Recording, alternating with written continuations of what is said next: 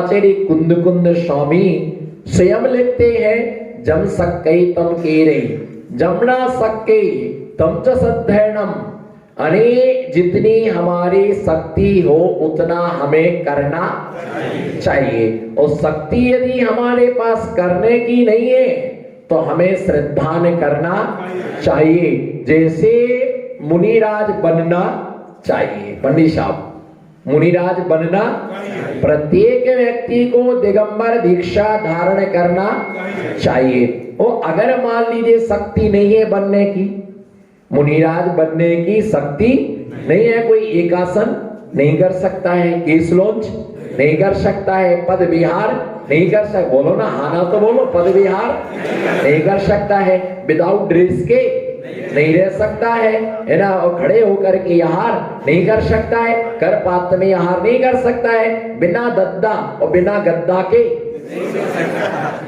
बोलो ना, बिना दद्दा और बिना गद्दा के नहीं रह सकता है, ना बिना तकिया के सो सकता है, और बिना नमक का खा नहीं सकते हैं, और तातो पानी पी नहीं सकते हैं। बिना नॉन को बोलो तो नौनो लगे तो बोलो, बिना नॉन को भैया ये संगीत नहीं है फिर भी बोलो, बिना नॉन का बिना नमक का खा नहीं सकते, तातो पानी पी नहीं सकते, उबलो उबलो गले से उतरत नहीं है, तो एक से हम महाराज बनत नहीं है।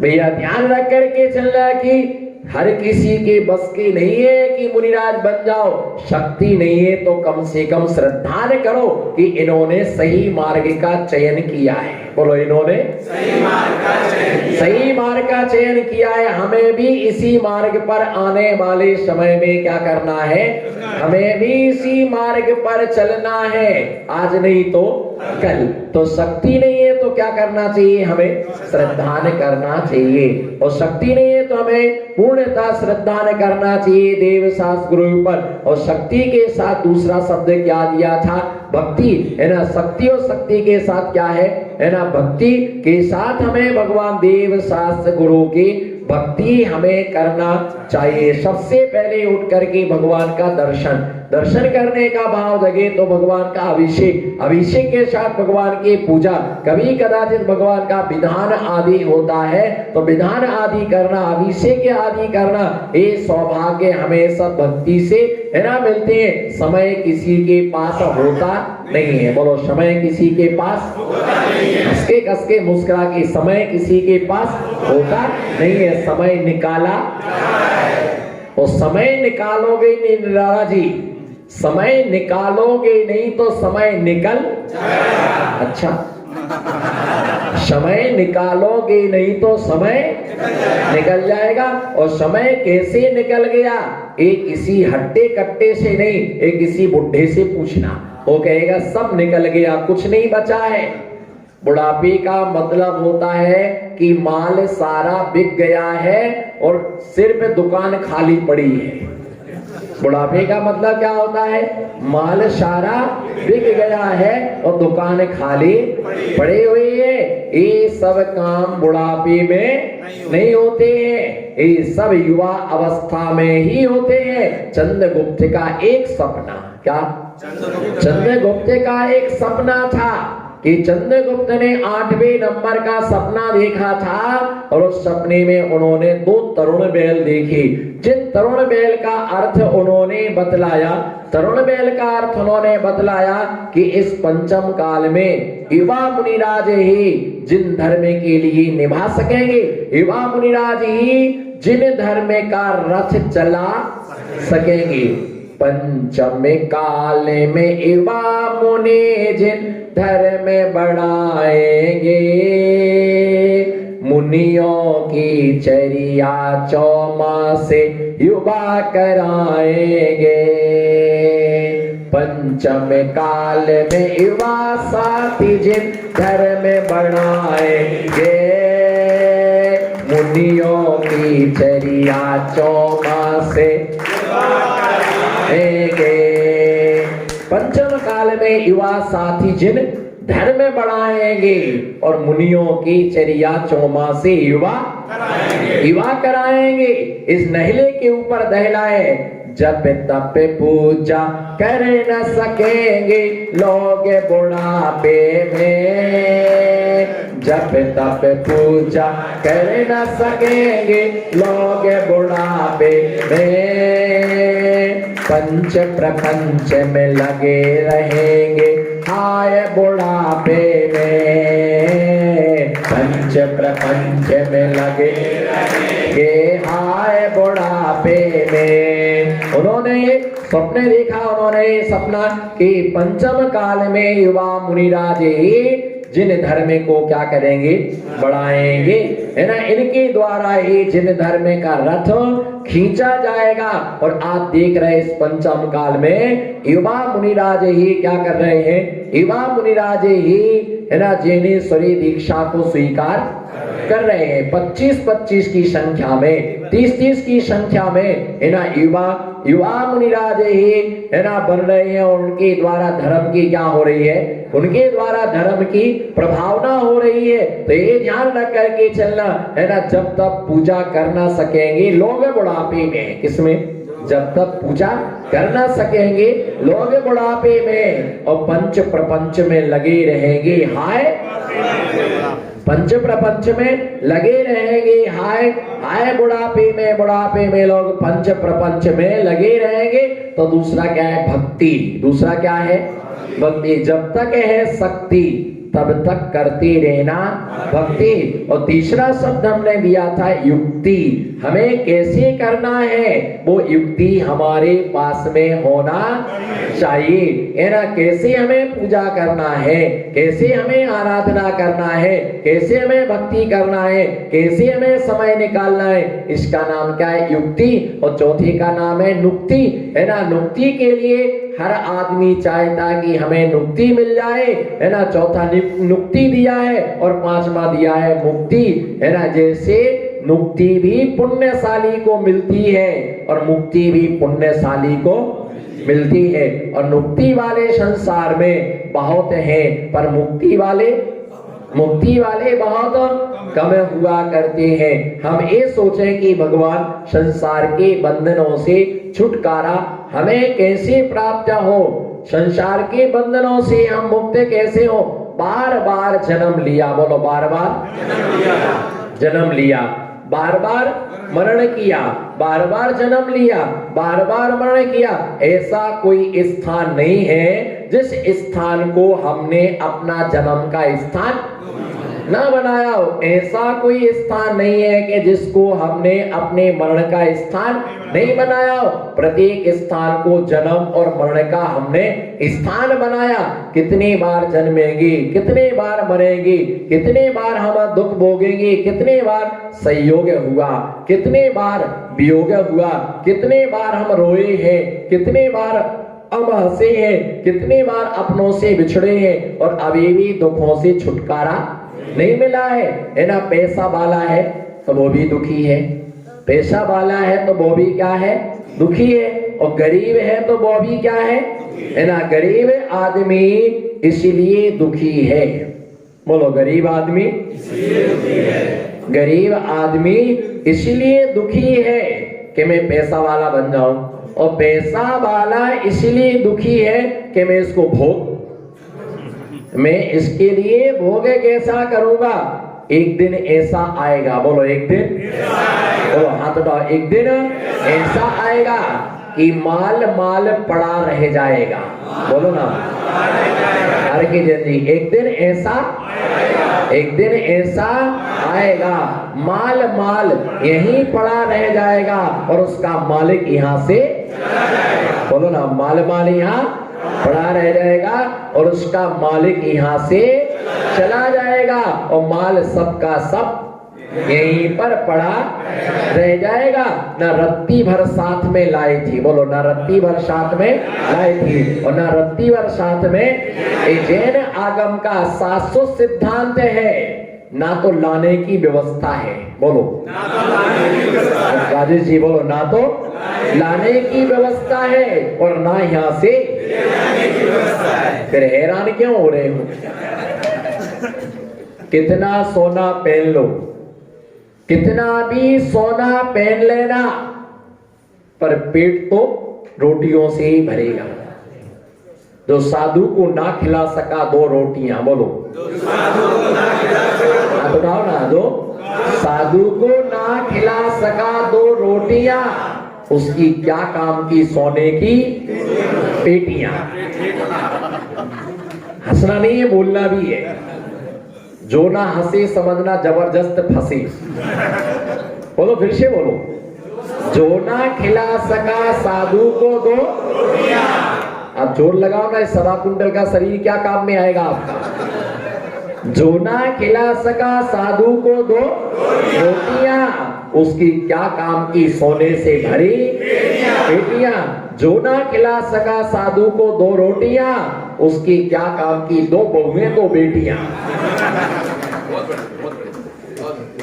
अब पंडित जी ने बढ़िया बोल दिया तो बढ़िया होगा, पर घटिया कैसे हो सकता है। फिर से बोलो इसके लिए जितने बार, बिल्कुल मेरे प्रवचन को आप पानी की तरह गड़गड़ गड़गड़ी मत पीना, चाय की तरह चुस्की लेकर के पियो आराम से। जो ना खिला सका साधु को, बहन जी मैं आपको ही बोल रहा हूं, जो ना खिला साधुओं को 2 रोटियां, उसकी क्या काम की सोने से भरी पेटियां। जो ना खिला सका साधु को अपने घर में 2 रोटियां, उसकी क्या काम की 2 बहुएं 2 उसकी क्या काम की 2 बहुएं 2 बेटियां।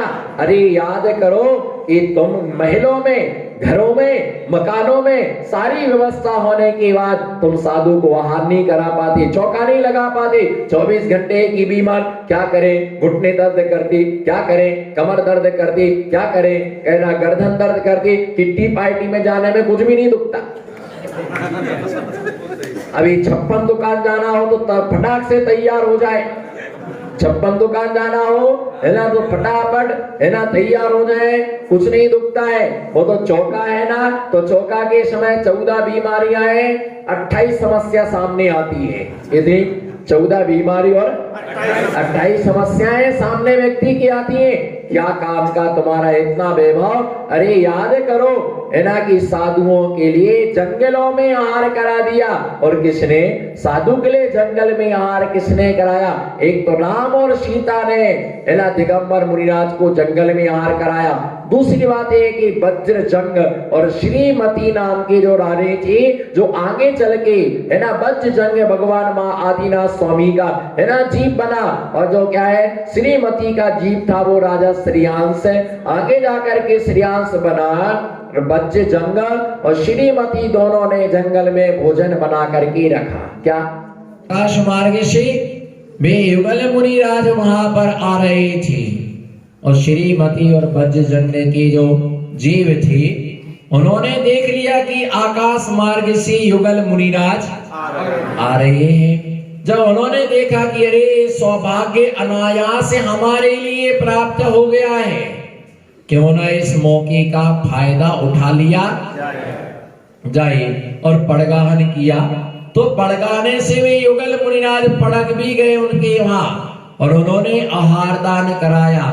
वहीं पर 4 पशु वहां पर बैठे हुए थे, बंदर, न्यूला, शेर, व्याघ्र आदि, ये 4 जानवर वहां बैठे थे, और वो भी टकटकी लगा करके मुनिराज का आहार देख रहे थे। और वो देखते रहे आहार के लिए है ना, टकटकी लगा करके देखते रहे, और उन्हें सम्यक दर्शन क्या हो गया, प्राप्त हो गया। ये जीवन में ध्यान रख करके चलना, मुनियों के दर्शन से कुछ ना कुछ लाभ जरूर होता है। मुनियों के दर्शन से, बोलो ना, मुनियों के दर्शन से कुछ ना कुछ लाभ जरूर होता है।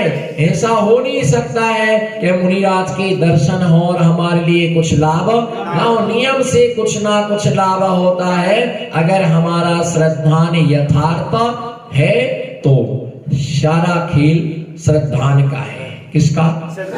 सारा खेल श्रद्धान का है, सारा खेल भक्ति का है। अपने अपने देखने का नजरिया है। बोलो, अपने अपने देखने का, अपने अपने देखने का नजरिया है। एक बोलता है कि मुनिराज आए हैं तो उपदेश सुनने के लिए मिलेगा, धर्म का लाभ मिलेगा, और ऐसे भी व्यक्ति हैं कि जो कहते हैं कि आगे अपनी दुकान चलाने के लिए, आगे अपनी, लोगों को बिल्कुल भी श्रद्धा नहीं है। ऐसे भी आपके लिए मिल जाएंगे। जैसे कहो महाराज जी आए, क्या हुआ है तो आए होंगे, क्या हुआ आए हैं तो आए होंगे। चलो हार देखने के लिए, क्या देखना हार, चलो प्रवचन सुनने के लिए, क्या सुनना प्रवचन, जितना महाराज बताते हैं उतना तो हमको,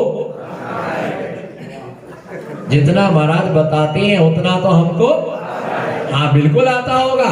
अरे एक मुनि से भी ज्यादा ज्ञानी श्रावक हो सकता है, हो सकता है, इसमें कोई बाधा नहीं है ना। किसी के श्रावक, अरे अभी पंचम काल में मुनियों के लिए द्वादशांग का ज्ञान नहीं है, पर स्वर्गों में रहने वाले देवों के लिए द्वादशांग हो सकता है। किसी पंडित के लिए भी पूरा समय सार याद हो, नियम सार याद हो, बहुत सारे गाथा सूत्र याद हो, पर मुनिराज के लिए कुछ ना आता हो। भैया ये ध्यान रख करके चलना, जीवन में ज्ञान से व्यक्ति महान नहीं बनता है, चारित्र से व्यक्ति, चारित्र से व्यक्ति महान बनता है, चारित्र धर्म महान होता है। अरे जितना दिगंबर महामुनिराज करते हैं उसका 1% तुम करके दिखा दो। चलो आज ही नियम ले लो कि आज हम नमक नहीं खाएंगे, इतना सुनते ही चमक चली गई। भैया ये ध्यान रख करके चलना कि एक दिन नमक नहीं खाएंगे, इतना नियम ले लो कि आज हम बिस्तर पर नहीं सोएंगे, बिस्तर गिर गया, इतना नियम कर लो कि हम बिस्तर पर, इतना ही नियम कर लो कि यहाँ से बिना जूता चप्पल के हम जाएंगे। भैया बोलना बहुत सरल होता है, बोलो बोलना बहुत सरल होता है, पर मुनियों की चर्या बहुत कठिन होती है। एक आसन करना कितना मुश्किल पड़ता है। कोई व्यक्ति कल्याण मंदिर के 44 व्रत करने का संकल्प करता है, उसको 44 साल लग जाते हैं। उसमें भी नियम लेता है एक आसन से, और हर 15 दिन में पूछने आता, बोले महाराज जी हमने व्रत लिए थे तब तो तबीयत ठीक थी, अब थोड़ी क्या है घबराहट सी होती है, तो शाम को पानी ले ले। तो हम तो बोलते कौन से महाराज जी से लेते, बोले उनकी समाधि हो गई उनकी समाधि हो गई। मैंने कहा मैं नहीं बताता, तुम जानो जिससे लिए हो, है ना। कई लोगों ने भक्तांबर के विधान, भक्तांबर कोई व्रत ले लिया और पूरे नहीं हो पाते हैं, 48 साल में 48 एक आसन नहीं हो पाते, और धीरे धीरे बीमार पड़ जाते ना, तो एक आसन से लिए फिर पानी पीना चालू किया। बोले महाराज क्या है, शुगर बता दी डॉक्टर ने, तो डॉक्टर ने कहा कि हर घंटे के बाद एक क्या चढ़ाना है, हर घंटे के बाद क्या चढ़ाना है, एक अर्घ्य चढ़ाना है आपके लिए हर घंटे के बाद। तो हो नहीं पाता है, तो 24 घंटे में 24 क्या चढ़ाते रहते हैं। आदिनाथ जिनेंद्र अर्घम निरपामते, सेकेंड बार में आदित्यनाथ भगवान का, थर्ड बार में बोलो ना, थर्ड बार में संभवनाथ, चौथे में अभिनंदन, 5 में सुमतिनाथ, 6 में बोलो नाम तो बोलो तीर्थंकरों के, हाँ 7 में सुपार्शनाथ जलेबी अर्घम निरपामती, और 8 में चंदा प्रभु चक्की अर्घम निरपामती, और 9 में पुष्पदंत का नाम लिया तो दांती दुखने लगी, 10 में शीतलनाथ भगवान का नाम लिया तो ठंड पड़ गई। देखो आप पंडित जी ने 2 विधान क्या करवा दिए, बिल्कुल यहाँ तो ये एसी लग गई बिल्कुल, और कल बिना काम का अभिषेक हो गया। इतना पानी बरसा, इतना पानी बरसा, इतना पानी बरसा, इतना पानी बरसा कि बेचारा टेंट ही धुल गया, माई का भी अभिषेक हो गया। भैया इतना भर गया, वहां तो पावापुर बन गया। लोग आए बोले महाराज जी प्रवचन कहाँ होगा, मैंने जहां बैठे वहीं हो जाएगा। भैया ध्यान रख करके चलना कि जिंदगी में उन्होंने क्या पड़गान किया, और पड़गा करके आहार दान दिया, 50 रत्नों की वर्षा हुई, और उसी पुण्य के प्रभाव से मनन करके दोनों बजरंग श्रीमती भोग भूमिया के लिए प्राप्त हुए। गुरु के दर्शन से कुछ ना कुछ क्या होता है, हमारा श्रद्धा होना चाहिए, हमारे अंदर भक्ति होना चाहिए। ये तुम अपना पुण्य मानो निराला जी, ये पुण्य मानो कि अपन को इस पंचम काल में भी दिगंबर मुनियों का दर्शन मिल रहा है, सेवा करने का मौका हमारे लिए मिल रहा है। पूजा करने का मौका हमारे लिए मिल रहा है, आहार देने का मौका हमारे लिए मिल रहा है। उनसे तो पूछो जिन्हें दिगंबर ते गुरु मेरे और बसो जग में तीरथ होए, ते गुरु मेरे और बसो, हे गुरुवर मेरे आकर के और में समा जाइए। मुनियों की चर्या बहुत कठिन है, जिसे मुनिराज करके दिखाते हैं। बोलो, जिसे मुनिराज करके दिखाते हैं उसके विषय में आप विचार भी नहीं कर सकते, उसके विषय में आप विचार भी नहीं कर सकते। एक बार व्यक्ति एक आसन लेता है और जिंदगी भर में 45 नमोकार मंत्र के 35 उपवास एक आसन पूर्ण नहीं कर पाता है। एक आसन करने के लिए सोचना पड़ता है, विचार करना पड़ता है, कैसे करें, कैसे होगा, है ना। 4 दिन पहले से सोचना पड़ता है। एक जना शाम को 13 के दिन मेरे पास बैठा था। कौन सी तिथि में? बोलो, कौन सी तिथि में? बोलो दीपक भैया, कौन सी तिथि में? 13 तिथि में बैठा था। तो जल्दी शाम को 5:30 पौने 6 तक बैठता था। तो उस दिन से 5 बजे से जाने की उठापटक कर रहा था। मैंने कहाँ जाना है? बोले जल्दी जाना है। मैंने क्यों, क्या काम है? अभी तो आप रोज टाइम से बैठते थे, जल्दी क्यों जाना है? तो उसने कहा कि कल चतुर्दशी है, उपवास करना है। तो मैंने कहा आज से जाके क्या करोगे? बोले दाल बाटी का प्रोग्राम है। मैंने कहा कि हो सकता है इस गांव में उपवास के 1 दिन पहले दाल बाटी। तो मैंने पूछा कि दाल बाटी क्यों खाते हो? बोले वजनदार रहती, कल भूख नहीं लगेगी।